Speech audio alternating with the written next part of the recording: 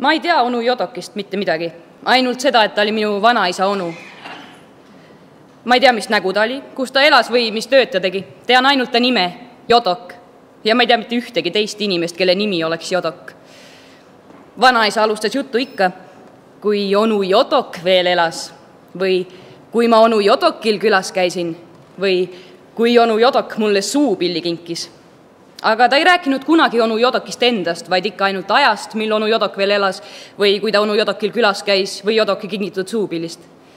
Ja kui keegi küsis vanaisalt, kes onu Jodok oli, siis ütles ta, tark mees oli. Vanaema igatahes ei tundnud selle nimelist onu ja minu isal tuli iga kord naer peale, kui ta onu Jodoki nime kuulis. Vanaisa sai naeru peale kurjaks ja siis ütles vanaema, ojah, Jodok, Jodok, ja vanaisa rahunes. Ma arvasin tükk aega, et onu Jodok oli metsavaht, sest kui ma ükskord ütlesin vanaisa, et ma hakkan metsavahiks, siis ta vastas, onu Jodokil oleks sellest hea meel. Aga kui ma tahtsin vedurijuhiks saada, ütles vanaisa seda sama. Ja ütles siis ka, kui ma ei tahtnudki kellekski saada. Vanaisa ütles iga asja peale, onu Jodokil oleks sellest hea meel. Aga vanaisa oli luiskaja. Ma armastasin teda väga, aga temast oli pikka elu peale luiskaja saanud. Tihti juhtus, et astus telefoni juurde, võttis toru hargilt, valis mingi numbri ja ütles torusse, tervist, onu Jodok. Kuidas käsi käib, onu Jodok? Ei, onu Jodok. Jah, igatahes, onu Jodok. Ja me kõik teadsime, et ta hoidis rääkides teist kätt hargil ja ainult mängis, nagu ta räägiks. Vanaema teadis ka, aga ta hüüdis sellegi poolest, lõpeta nüüd ära, muidu läheb liiga kalliks. Ja vanaisa ütles torusse, onu Jodok, ma pean nüüd lõpetama. Ja tuli meie juurde ja ütles, Jodok saadab tervisi. Vanaisa oli ometi alati rääkinud, kui onu Jodok veel elas. Aga nüüd ütles ta hoopis, peaksime õige onu Jodokit vaatama minema. Või ütles, et onu Jodok tuleb varsti meile ja lõi käega vastu põlve. Aga see ei olnud veenev. Vanaisa sai sellest aru ja jättis onu Jodoki mõneks ajaks rahule. Ja meie hingasime kergemalt. Aga siis hakkas kõik jälle otsast peale. Jodok helistas. Jodok ütles alati. Jodok arvab sedasama.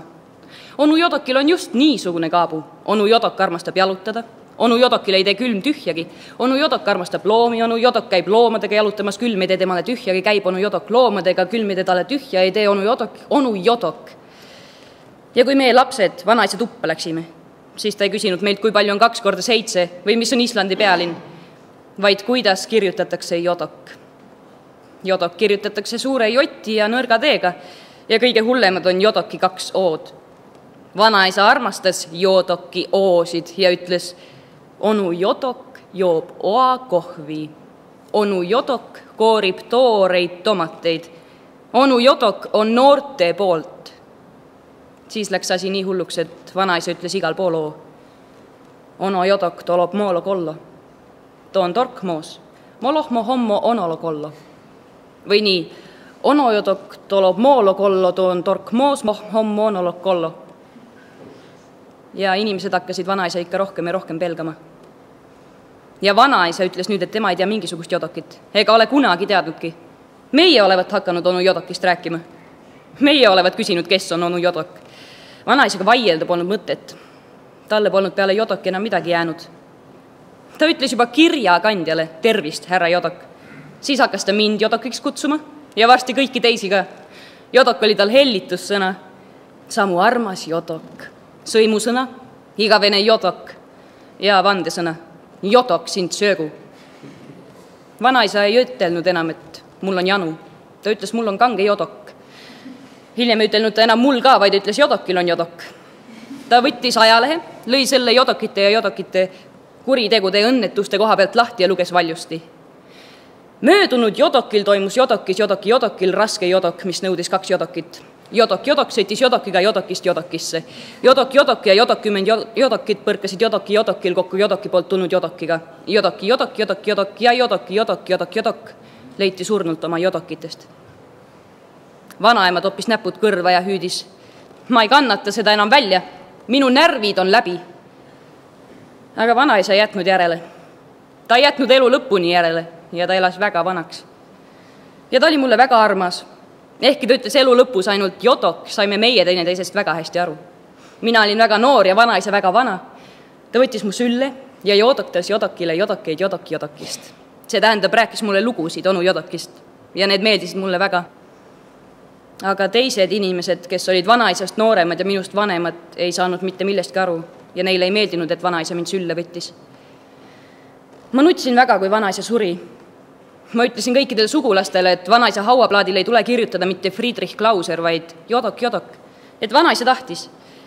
Aga minu juttu ei pandud tähele ükskõik, kui palju ma nutsin. Aga kahjuks ei ole see lugu tõsi. Ja minu vanaisa ei olnudki kahjuks luiskaja ja ta ei elanudki kahjuks väga vanaks. Ma olin veel päris pisike, kui ta suri ja ma mäletan veel ainult seda, et ükskord ta ütles, kui onu Jodok veel elas ja siis vanaema, keda ma ei armastanud, karjus tigedalt, jää vait oma Jodokiga. Ja vanaisa jäigi päris vait ja kurvaks ja palus andeks. Siis sain mina hirmus vihaseks. See oli minu esimene suur viha, mida ma mäletan ja ma hüüdsin.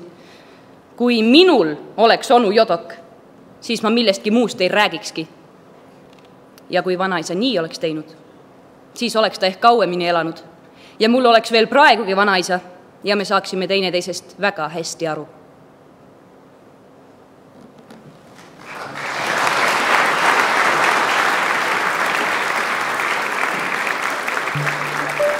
Thank you.